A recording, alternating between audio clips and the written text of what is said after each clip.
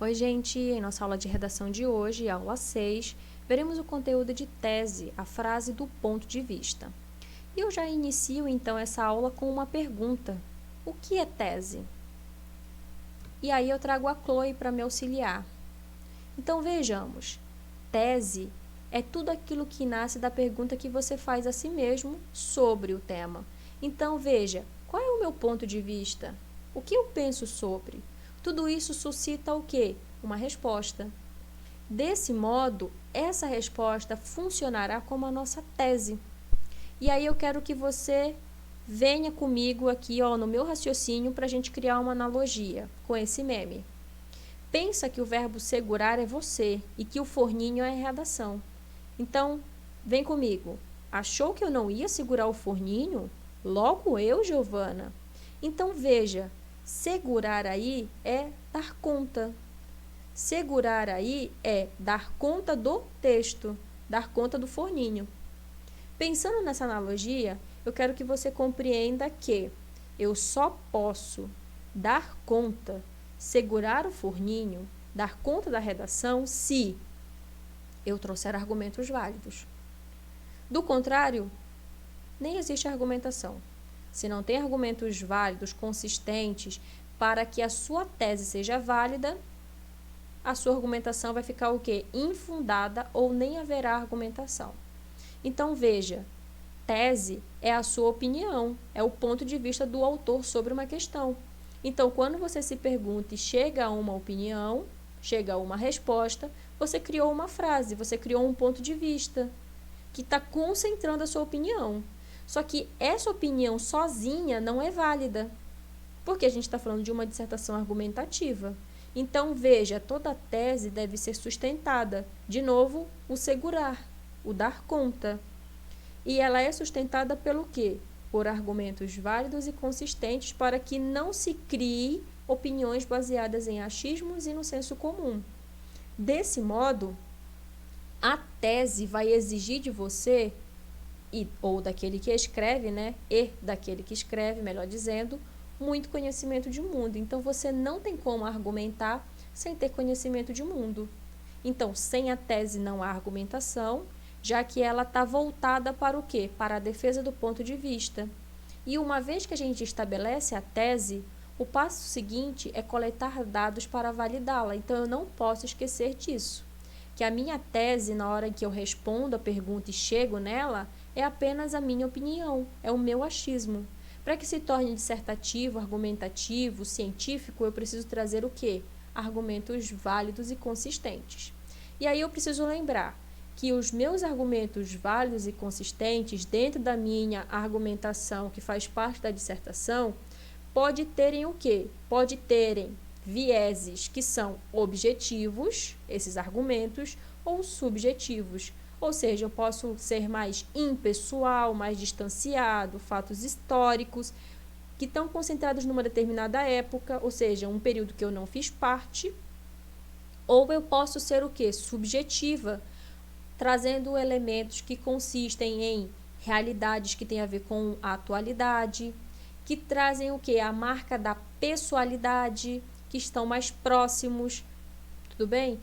Então, eu posso fazer opções de trazer esses argumentos de maneira mais subjetiva, mais objetiva. O meu texto pode ser mais objetivo, mais subjetivo, mas eu preciso trazer argumentos. Do contrário, a minha tese não tem o quê? Validade. Perceba, trazer argumentos válidos e consistentes. E uma vez feito isso, estabelecida a tese com argumentos válidos e consistentes, eu terei o quê? Validade. Então, argumentos consistentes e válidos me trarão o quê? Convencimento para quem está lendo.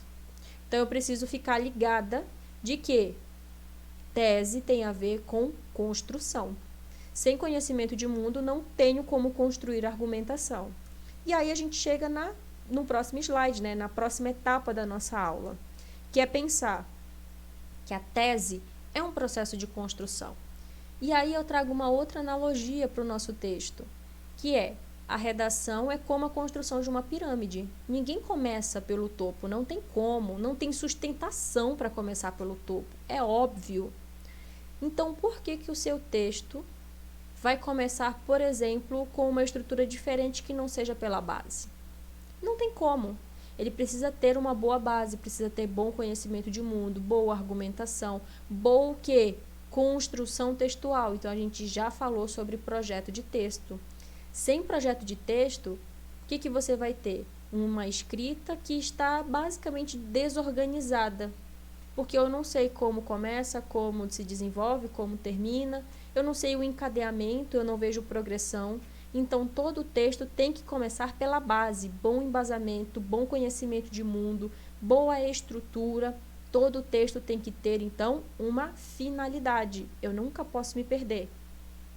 Todo texto tem que ter finalidade. Todo texto tem que ter finalidade. Todo texto tem que ter finalidade.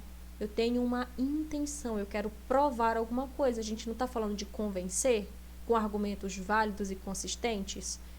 Então, eu tenho que ter uma intenção. Todo texto tem que ter uma intenção, uma finalidade. Do contrário, não fará sentido.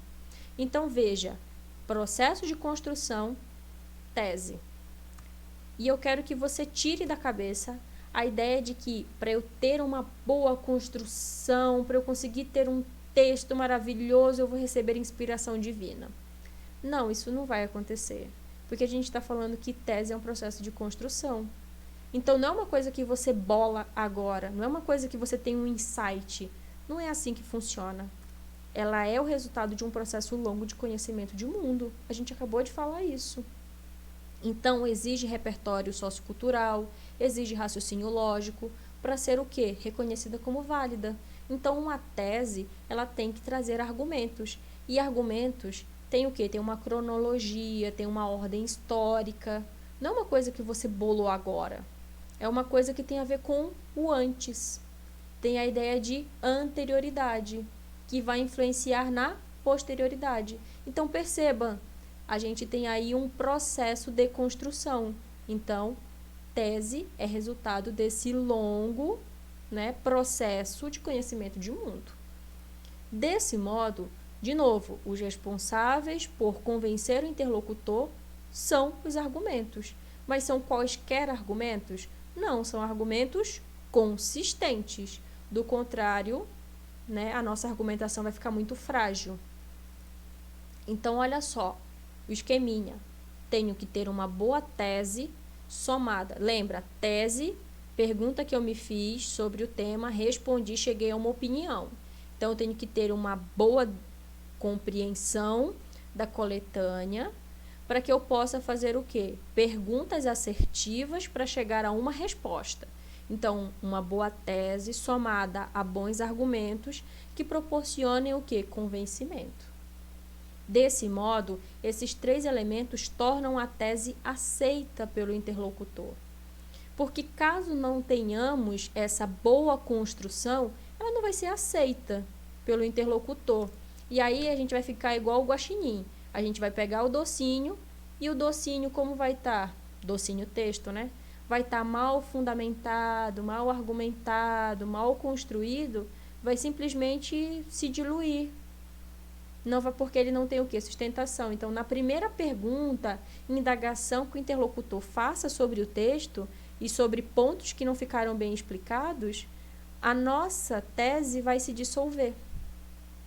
Então, eu preciso trazer boas argumentações, bons fundamentos para o meu texto.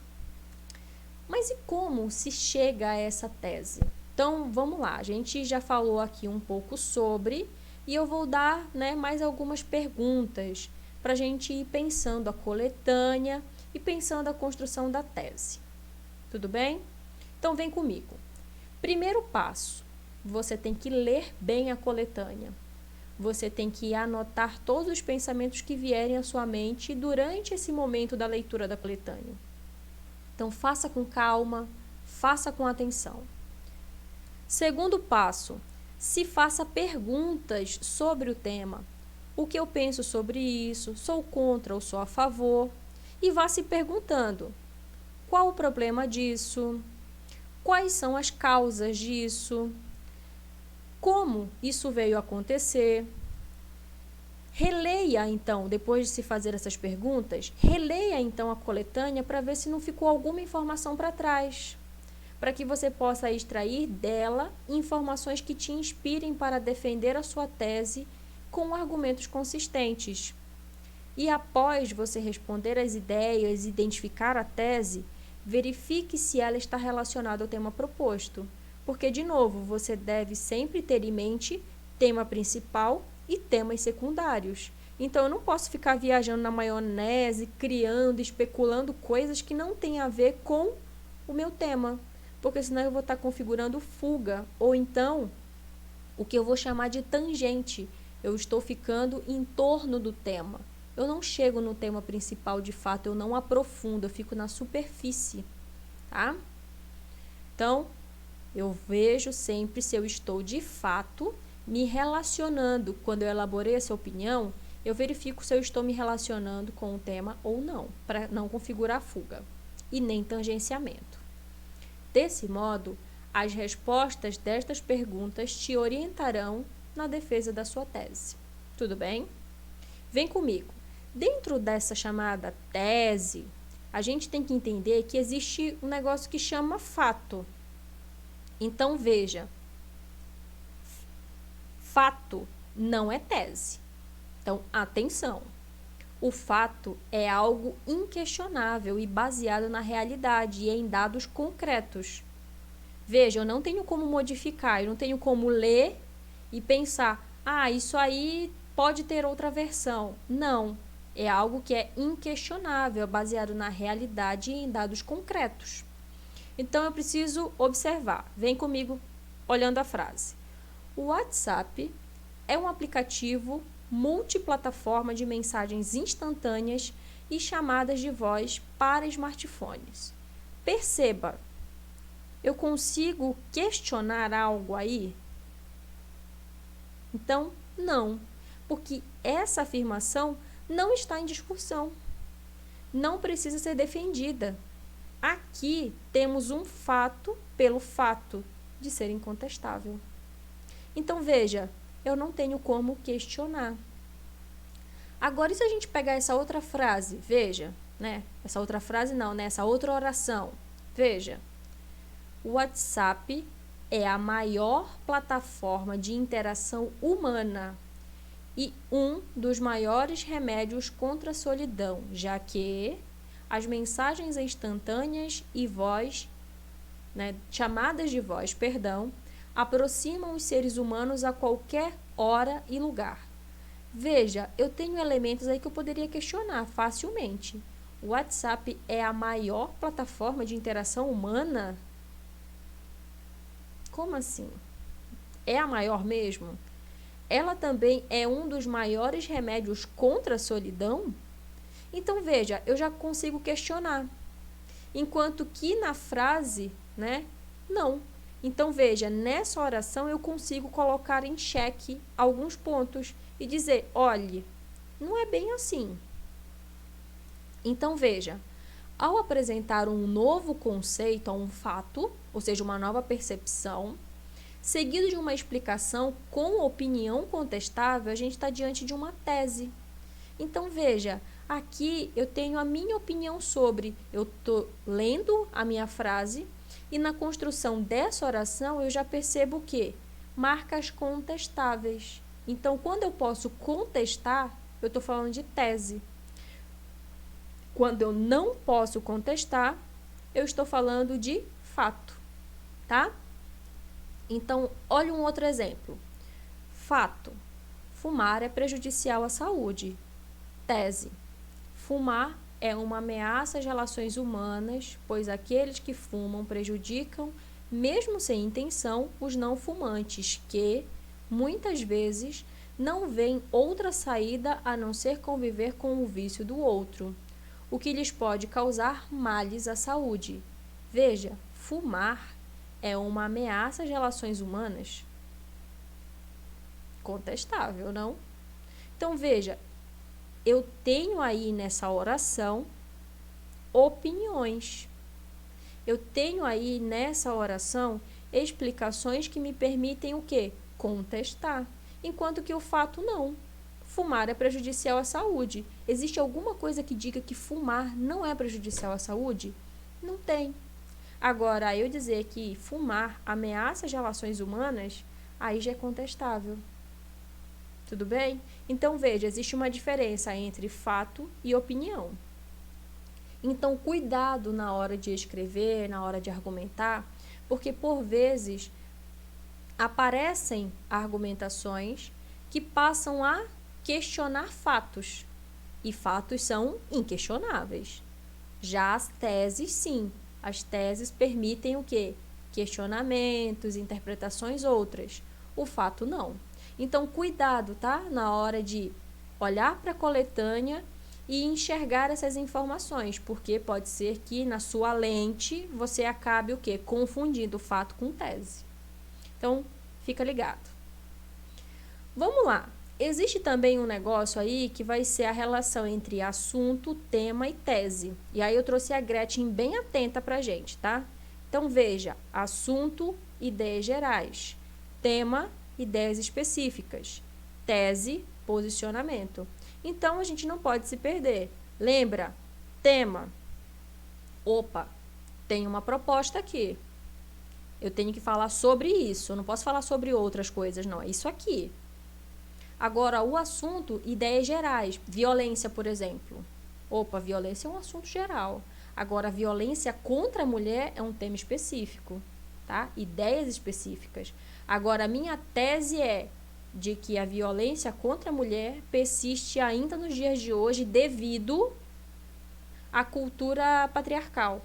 Então, veja, a minha tese tem a ver com o meu recorte. E o tema está relacionado a algo específico dentro de um assunto que é geral. Então, de novo, olha a Gretchen atenta aí para a gente dar uma olhadinha no exemplo. O fim das utopias pede engajamento. O problema da sociedade é que ela parou de se questionar. Diagnostica o sociólogo japonês Zygmunt Bauman em seu livro Modernidade Líquida que pode-se, a partir do diagnóstico, fazer uma analogia com a situação da questão política no mundo, dado o nível de acomodação das pessoas. Elas raramente questionam o modo como a política é feita, ao menor que este lhe seja doloroso. Então, veja, eu estou tratando de um tema, que são o quê? Ideias específicas.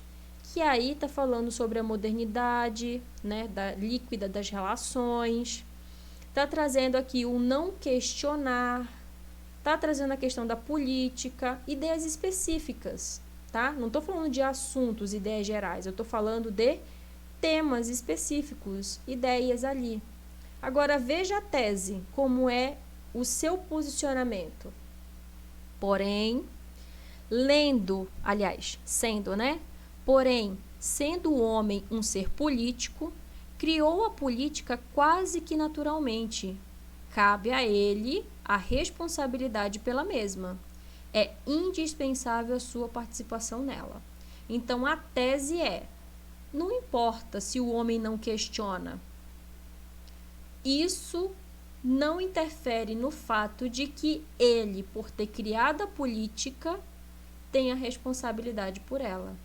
Então, por mais que se fale da modernidade líquida, de que o homem e as relações que esse homem estabelece estão se diluindo, porque as pessoas, por exemplo, estão se acomodando com relação à política, na verdade, isso não importa, porque o homem é responsável por ela uma vez que a criou. Então, veja, eu tenho opinião e tenho tema. Eu estou abordando o tema e estou trazendo uma opinião. Dentro de um assunto geral que aí, por exemplo, está falando sobre o fim das utopias. Então, eu estou trazendo o meu recorte. Estou trazendo perceba no título, eu estou trazendo o meu recorte. Lembra da minha tese? Eu estou trazendo a minha tese fundamentada num assunto geral, que tem a ver com um tema específico, que exige o meu posicionamento. Tá? Então, eu não posso, confundir. Vou voltar com você. Assunto, ideia geral. Ou ideias. Tema, ideia específica ou ideias. E tese é o seu posicionamento. Lembrando que tese nasce da pergunta que você se fez sobre o tema. Então, aqui, se eu estou falando de utopias, então eu tenho ideias gerais. Agora, se eu falo utopias nessa sociedade, engajamento, eu já estou falando de ideias específicas. Então, veja, o título aí dessa pessoa traz para mim a ideia de assunto, a ideia de tema e a ideia de posicionamento, quando eu falo do fim das utopias. Então, eu tenho utopia como tema geral, eu tenho engajamento, pensando na utopia como tema específico, e quando eu falo que é o fim dessas utopias nessa sociedade que gera esse engajamento, que pede engajamento, eu estou falando de posicionamento. Você consegue perceber que o olhar de quem corrige vai procurando todos os elementos? Então, eu preciso sempre abordar tudo aquilo que eu estou chamando de tema principal e de tema secundário. Porque, caso contrário, você vai o quê? Tangenciar. Não chegando, portanto, no centro da questão, que é o seu tema, que apresenta o quê? A sua tese, o seu posicionamento, os seus argumentos. Tá? Então, olha só, eu tenho aí a separação muito clara no texto do que é tema. Então, tudo que foi, né, apresentado ali na proposta de redação tem a ver com o tema. O tema está aí. Mas e a sua opinião sobre? Então, lembra, o que eu penso sobre isso? Como isso aconteceu? Aquelas perguntinhas estimularam para a criação da tese. Então, veja, aí eu já tenho o primeiro parágrafo trazendo relação entre assunto, tema e tese. Tá? Lembrando que o assunto ele vai estar dentro do tema, por quê? Porque eu estou especificando o que era geral, agora em uma coisa menor. Tudo bem? Vamos lá, finalizando então a nossa aula, chegando na orientação de estudos. Você deve acessar a plataforma Êxito, ler a apostila correspondente a essa aula, que é a aula 6, observando com atenção os exemplos de redações com notas máximas, bem como as suas construções. Então, dá uma olhadinha lá, tema, tese, assunto, volta lá, observando quais são os elementos que aparecem em cada trecho, como que aparecem. Você deve também fazer os exercícios correspondentes a essa aula e buscar na internet um tema de redação a seu gosto. Então, estará livre, né? E desenvolver uma escrita com no mínimo 20 e no máximo 30 linhas. O exercício aqui é desenvolver o texto e nominar quais trechos do seu texto se referem ao tema, ao assunto e à tese. Tudo bem? E assim a gente finaliza a nossa aula. Por hoje ou por hora é só.